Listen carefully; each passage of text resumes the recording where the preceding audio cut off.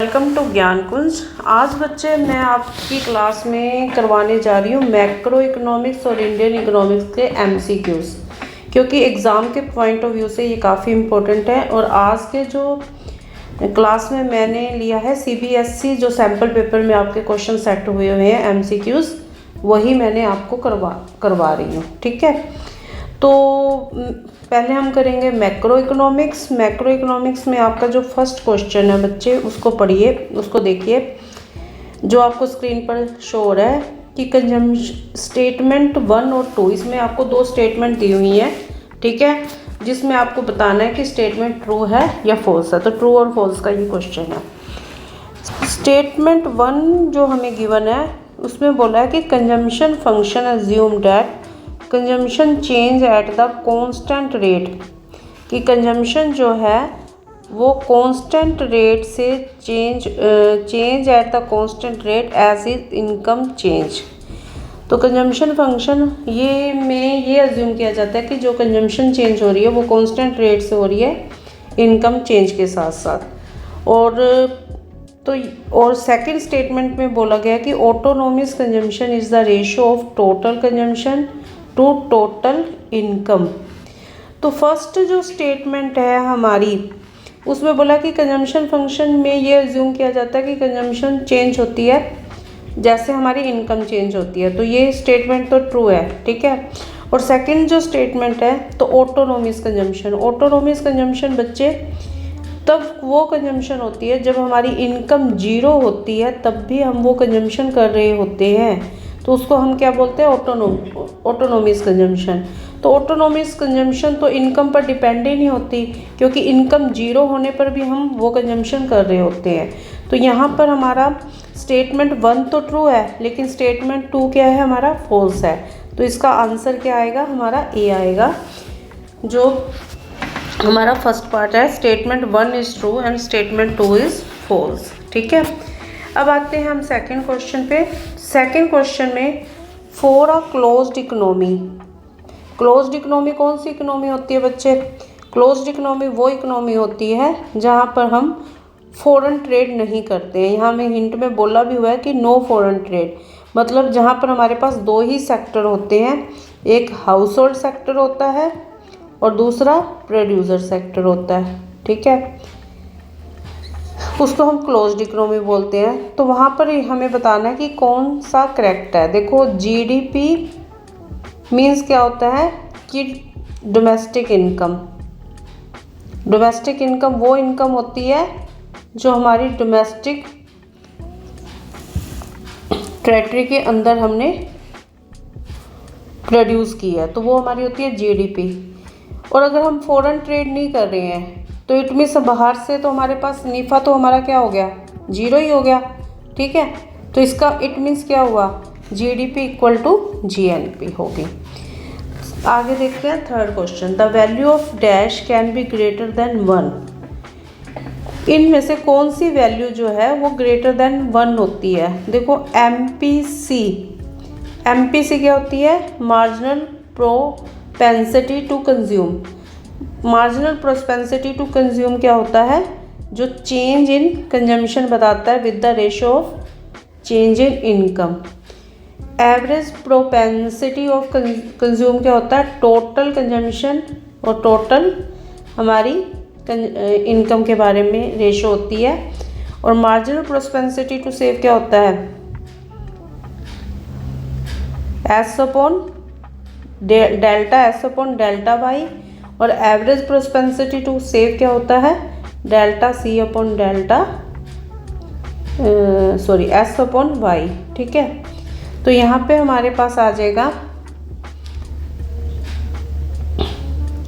हमें पूछा कि किसकी वैल्यू ग्रेटर देन 1 होती है, तो एवरेज प्रोपेंसिटी टू कंज्यूम की वैल्यू ग्रेटर देन 1 होती है।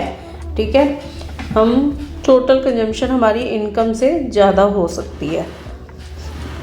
अगला जो क्वेश्चन है, as per the Reserve Bank of India press report dated 29 December 2022, net external commercial borrowings of India recorded as the outflow of US dollar 0.4 billions in the second quarter. The above transactions will be recorded in dash account on the dash side. अब हमें पता है कि BOP में हमारे पास दो account होते हैं, करंट अकाउंट और दूसरा कौन सा होता है, कैपिटल अकाउंट। और जब हम अकाउंट बनाते हैं BOP का, अगर हम करंट अकाउंट बनाएंगे या कैपिटल अकाउंट बनाएंगे तो हमारे पास जब भी फॉरेन ट्रांजैक्शन, जब भी हमारे पास मनी आएगी तो हम उसको कहाँ लिखते हैं, क्रेडिट साइड। और जब भी मनी का आउटफ्लो होता है तो हम कहाँ लिखते हैं, डेबिट साइड। तो यहाँ पर क्या हो रहा है कि net external commercial borrowings to India recorded and outflow. तो आउटफ्लो हो रहा है तो हमें समझ आ रहा है कि कहाँ आएगा, डेबिट साइड में, ठीक है। और दूसरा जो भी बोरोइंग्स होती हैं, बोरोइंग्स में क्या आता है, करंट अकाउंट में तो होता है हमारा इंपोर्ट, एक्सपोर्ट, है ना, यूनिलेटरल ट्रांसफ़र। और कैपिटल अकाउंट में क्या आता है हमारा, बोरो, डिसइन्वेस्टमेंट।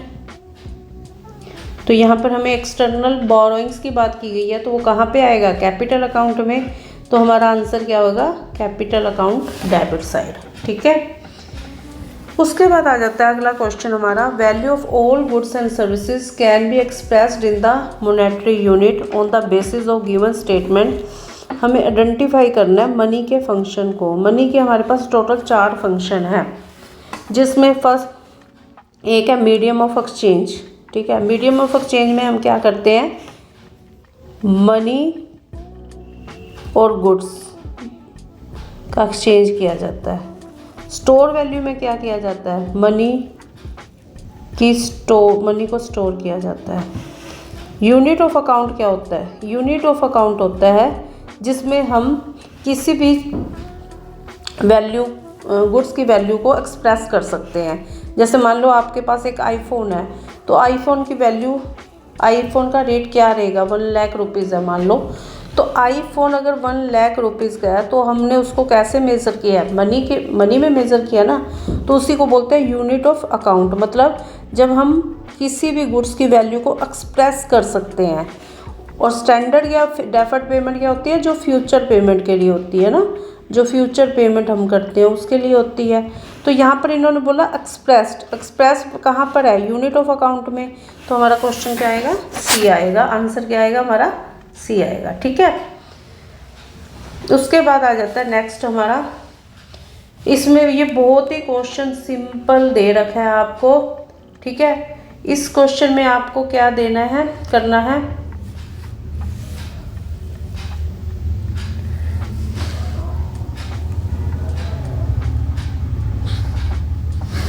देखो आपको राउंड 1 में 1000 रुपये डिपॉजिट किए, जिसका 80% लोन हो गया तो रिज़र्व रेशो होगी हमारे पास 200।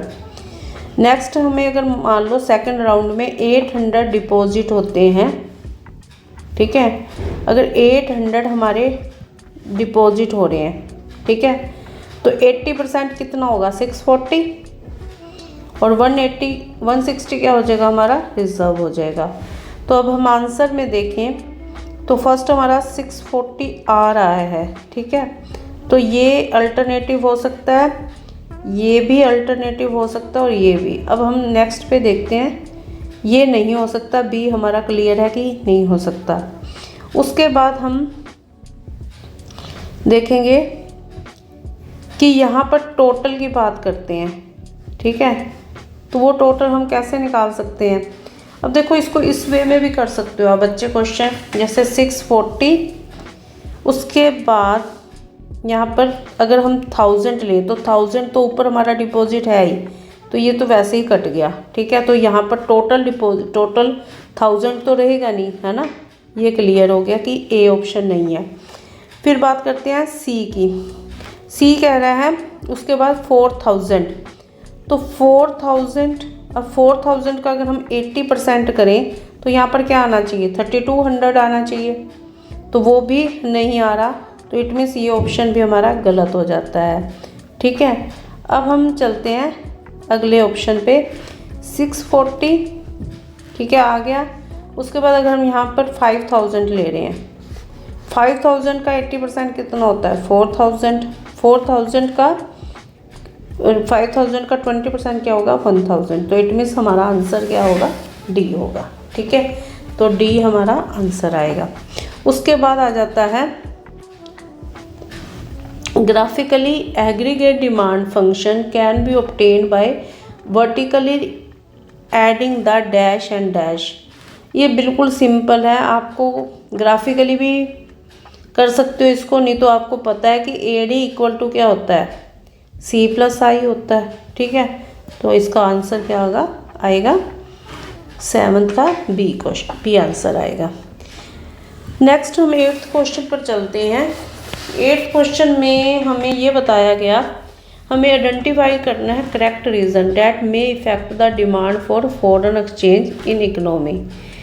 देखो वो हमें करेक्ट रीज़न बताना है जिससे कि डिमांड फॉर फॉरेन एक्सचेंज की जो है उस पर इफ़ेक्ट आएगा। डिमांड हम किस लिए करेंगे, या तो हम कुछ इंपोर्ट कर रहे हैं तब हमें फॉरेन एक्सचेंज की डिमांड होती है, या फिर हम वहाँ पर कुछ परचेज़ कर रहे हैं, ठीक है। तो इस केस में भी हमें फॉरेन एक्सचेंज की डिमांड करते हैं। तो अब हम इसमें देखते हैं इंपोर्ट ऑफ विजिबल मतलब इंपोर्ट ऑफ गुड्स, तो ये तो आएगा। एक्सपोर्ट के लिए तो हमें चाहिए नहीं, ठीक है। Remittances by the resident of working abroad, ये भी यहाँ पर भी बल्कि हमें तो सप्लाई आएगी, इस केस में भी सप्लाई होगी, इस केस में भी सप्लाई होगी। परचेज ऑफ असेट्स अब्रॉड, हाँ हमें असेट्स अगर परचेज करनी है फॉरेन एक्सचेंज में, फॉरेन में, तो भी हमें फॉरेन एक्सचेंज की रिक्वायरमेंट रहेगी, हम डिमांड करेंगे। तो यहाँ पर हमारे पास दो ऑप्शन आ रहे हैं, फर्स्ट और फोर्थ। तो इसका आंसर क्या बनता है D, first and fourth. Next question हमारा suppose for the given economy, हमें इकोनमी में एस की वैल्यू दे रखी है, आई की वैल्यू दे रखी है, वेयर एस सेविंग फंक्शन है, वाई नेशनल इनकम है, आई इन्वेस्टमेंट एक्सपेंडिचर है। Equilibrium level of income would be dash crore, और इक्विलिब्रियम जो लेवल है इनकम का वो बताना है हमें, ठीक है। तो अब हमें इस बच्चे ये क्वेश्चन जब सॉल्व करना है तो हमें पता है एस इज इक्वल टू आई होता है। तो हमारे पास जो ये स्टेटमेंट है, ठीक है, ये इक्वेशन है, यहाँ पर हम इसकी वैल्यू लगा देंगे I equal to -60 plus 0.1 Y, ठीक है।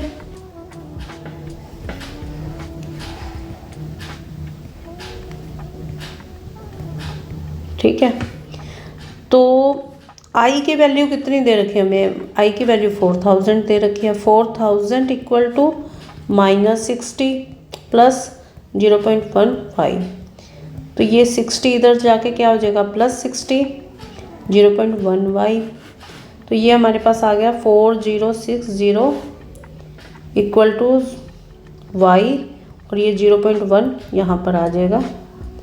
इसका पॉइंट हटाने के लिए हम 10 लगाएंगे, तो 4 वाई इक्वल टू आ गया 40600। तो हमारा ये ऑप्शन सी इसका आंसर होगा, ठीक है। उसके बाद करते हैं हम question number 10। Read the following chart carefully and choose the correct alternative, ठीक है। तो इसमें तो क्लियर ही हो रहा है कि कैपिटल अकाउंट में क्या होता है, इन्वेस्टमेंट होता है, external borrowings, external assistance. Investment में हमारी दो तरह की इन्वेस्टमेंट होती है, एक होती है एफडीआई और दूसरी होती है पोर्टफोलियो इन्वेस्टमेंट, ठीक है। तो पोर्टफोलियो इन्वेस्टमेंट हमें दे रखे हैं ऑप्शन सी, तो इसका आंसर आ जाएगा ऑप्शन सी, ठीक है।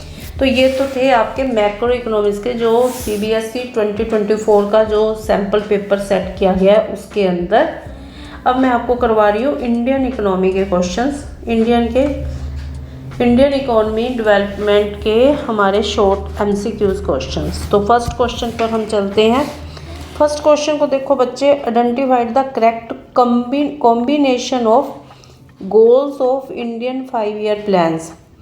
हमारे जो इंडियन 5 ईयर प्लान्स हैं उसके गोल क्या है?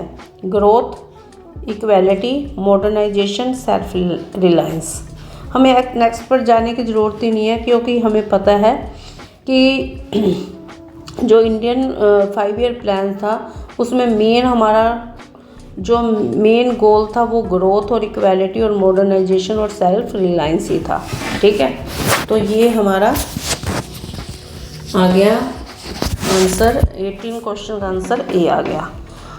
अब चलते हैं हम 19 क्वेश्चन पर। 19 में ये बोल रहे हैं कि China has performed extremely well in various health and economics indicators, identified which of the following is not the health indicators. इसमें बोला कि चाइना ने हेल्थ और इकोनॉमिक इंडिकेटर में बेस्ट परफॉर्मेंस दी है, लेकिन इनमें से हमें जो ऑप्शन दिए हैं इनमें से बताना कि कौन सा हेल्थ इंडिकेटर नहीं है। तो इन्फेंट मोर्टेलिटी रेट, ये तो है ही, हेल्थ इंडिकेटर है। लाइफ एक्सपेक्टेंसी ऑफ बर्थ, ये भी लाइफ इंडिकेटर्स है। Percentage of people below poverty line, ये हेल्थ इंडिकेटर में नहीं आता है। तो हमारा आंसर आएगा 19 का सी। ठीक है, नेक्स्ट आ जाता है shackles of the agriculture during the colonial rule were permanently broken by the green revolution that resulted from the application of dash। जो कॉलोनियल पीरियड में एग्रीकल्चर में जो हमारी प्रॉब्लम्स आई थी उसको परमानेंटली ब्रोकन किया था ग्रीन रेवोल्यूशन ने। जो किसके कारण आया था? एक तो high yielding varieties SYV seeds थी, mechanisms in the agriculture, chemical fertilisers, organic fertilisers. ये अब हो रहा है, ये पहले नहीं था। उस टाइम जो हुआ था उसमें हमारी ये 3 ऑप्शन यूज़ किए गए थे, जिसके कारण क्या हुआ था कि एग्रीकल्चर में बहुत ज़्यादा डेवलपमेंट हुई थी। तो हमारा जो आंसर आएगा वो था फर्स्ट, सेकंड और थर्ड। ठीक है, तो ये हमारे आंसर आएंगे। नेक्स्ट आ जाता है हमारा study the following picture and answer the given question. Women's in rural household take up beekeeping. Beekeeping इसमें होती है, ये तो क्लियर पता है कि हॉर्टिकल्चर्स में होती है, तो ये हॉर्टिकल्चर्स में आएगी। ठीक है, एनिमल हस्बेंड्री में क्या आता है? जिसमें हम काऊ वगैरह रखते हैं। फिशरी में फिश से रिलेटेड होता है, और पोल्ट्री में हमारा एग से रिलेटेड होता है, हैन से रिलेटेड होता है। तो हॉर्टिकल्चर जो होता है वो बी कीपिंग हॉर्टिकल्चर में आता है। 22 क्वेश्चंस जो है हमारा, read the following statement. Assertion और रीज़न का क्वेश्चन है। इसमें हमें असर्शन दे रखा है और रीज़न दे रखा है। ठीक है, तो असर्शन में इन्होंने बोला कि in 1991 immediate measure to resolve the balance of payment crisis the rupees was devalued against the foreign currency। ठीक है, और रीज़न में बोला कि devaluation of currency was emanated to replenishes the deteriorated foreign exchange reserve। तो जो assertion को हम दोबारा से पढ़ते हैं कि इन्होंने कहा कि इमीडिएट जो हमारी जो क्राइसिस था 1991 में, बैलेंस ऑफ पेमेंट का जो क्राइसिस था, उसको रिजोल्व करने के लिए हमने हमारी जो करेंसी है उसको डिवैल्यूएट किया था। डिवैल्यूएशन क्या होता है? डिवैल्यूएशन वो होता है जब गवर्नमेंट डेलिब्रेटली अपनी ही कंट्री की करेंसी को उसकी वैल्यू को वीक करती है, तो उसको हम बोलते हैं डिवैल्यूएशन। जिसमें गवर्नमेंट के डेलिब्रेटली उसको क्या करती है, उसकी वैल्यू को कम करती है, अपनी कंट्री की करेंसी की वैल्यू को कम करती है। तो वो क्या होता है? हमारा डिवैल्यूएशन होता है। तो 1991 के क्राइसिस को, जो बैलेंस ऑफ पेमेंट का हमारा क्राइसिस था, उसको सॉल्व करने के लिए डिवैल्यूएशन ऑफ करेंसी किया गया था। तो ये तो ट्रू है। ठीक है, सेकंड है कि जो डिवैल्यूएशन ऑफ करेंसी है वो एक हमारे पास फॉरेन एक्सचेंज रिजर्व जो ख़त्म हो रहे हैं, ख़राब हो रहे हैं, उसको रिप्लेनिश करने का हमारे पास एक मेथड है, या एक जरिया है। ठीक है, तो ये भी हमारे लिए ये भी ट्रू है। तो यहाँ से अब पता चल रहा है कि असर्शन भी ट्रू है और रीज़न भी ट्रू है, और रीज़न करेक्ट एक्सप्लेनेशन भी है उसकी जो एजर्शन में बोला गया है, तो इसका आंसर आएगा ए। ठीक है, उसके बाद आ जाता है अंडर क्वेश्चन नंबर 23 में चलते हैं हम। Under dash in China farmer and industry units were required to buy and sell fix quantity of input and output on the basis of price fixed by the government and the rest were purchased and sold at market price. China Pakistan, India China Pakistan जो comparative study है, हमने उसमें देखा था कि China के farmers और industry units के लिए वहाँ पर दो प्राइस फिक्स किए जाते थे। एक प्राइस तो क्या था कि फिक्स क्वांटिटी ऑफ इनपुट और output on the basis of price fix by government होती थी और बाकी मार्केट प्राइस पर सेल किया जाता था। तो ये कौन सी पॉलिसी थी? ड्यूअल प्राइसिंग पॉलिसी थी, जिसमें चाइना गवर्नमेंट ने दो प्राइस रखे थे, एक तो गवर्नमेंट वहाँ की फिक्स करती थी और दूसरी मार्केट प्राइसेस के अकॉर्डिंग होता था। ठीक है, तो ये हमारा 23 का आंसर आएगा 3 C. Micro credit programme play the vital role in insuring the overall development of the rural economy as they dash. Micro credit programme, इससे क्या होती है, ये वुमेंस को एम्पावरमेंट करने के लिए था, जिसमें वुमेंस को फाइनेंशियल सपोर्ट देने के लिए था और जो एक फॉर्मल क्रेडिट सिस्टम के अंडर था। तो अगर हम इसका आंसर देखें तो इसमें प्रोवाइड फाइनेंशियल सपोर्ट भी थी, वुमेन एम्पावरमेंट भी थी और फॉर्मल क्रेडिट सिस्टम भी था। तो इसका आंसर आएगा डी, जिसमें तीनों ऑप्शन लेंगे हम। उसके बाद आ जाता है 25th, may be defined as the measure to extent of the demographic participations in social and political decision making। Political और सोशल डिसीजन मेकिंग में फ्रीडम, ये कौन सा है? लिबर्टी इंडिकेटर है। ठीक है, ये लिबर्टी इंडिकेटर है।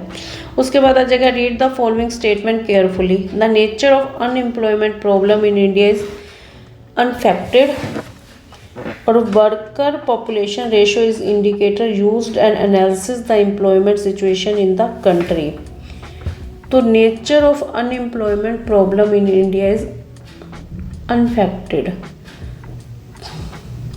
अनफेक्टेड क्या होता है?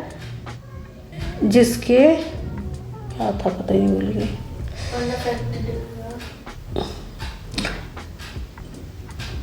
अनअफेक्टेड है और worker population is ratio is the indicator used and analysis the employment situation in the country.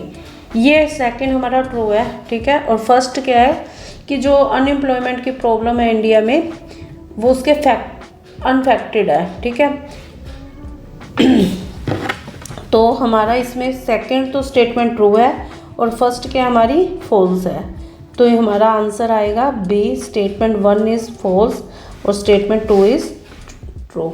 ठीक है, उसके बाद हम चलते हैं 27th क्वेश्चन पर। From the set of event given column 1 and corresponding fact given to column 2 correct pair of statement हमें निकालना है। फर्स्ट हमें दे रखा adoption of mixed economic system, the common development policy of India, Pakistan और China. China में तो mixed economy model था ही नहीं, इंडिया में था। तो ये तो हमारा करेक्शंस जो करेक्ट पेयर नहीं बन रहा है। सेकंड देखते हैं introduction of economic reform in China, impose नहीं, वर्ल्ड बैंक ने इम्पोज नहीं किया था चाइना पे, चाइना अपनी मर्जी से इकोनॉमिक रिफॉर्म लेकर आया था। तो ये करेक्शन, ये भी हमारा गलत हो गया। ग्रेट लीप फॉरवर्ड कैंपेन जो किया गया था, फोकस ऑफ मैसिव इंडस्ट्रियलाइजेशन, ये सही है हमारा। जो जीएलएफ लाया ही इसलिए गया था ताकि मैसिव इंडस्ट्रियलाइजेशन हो सके। ठीक है, तो ये तो हमारा इनकरेक्ट। तो हमारा जो ऑप्शन है वो आएगा सी का थर्ड पार्ट। ठीक है, तो सी आंसर आएगा हमारा। उसके बाद आ जाता है ये अब तक के आपके इतने ही क्वेश्चन थे।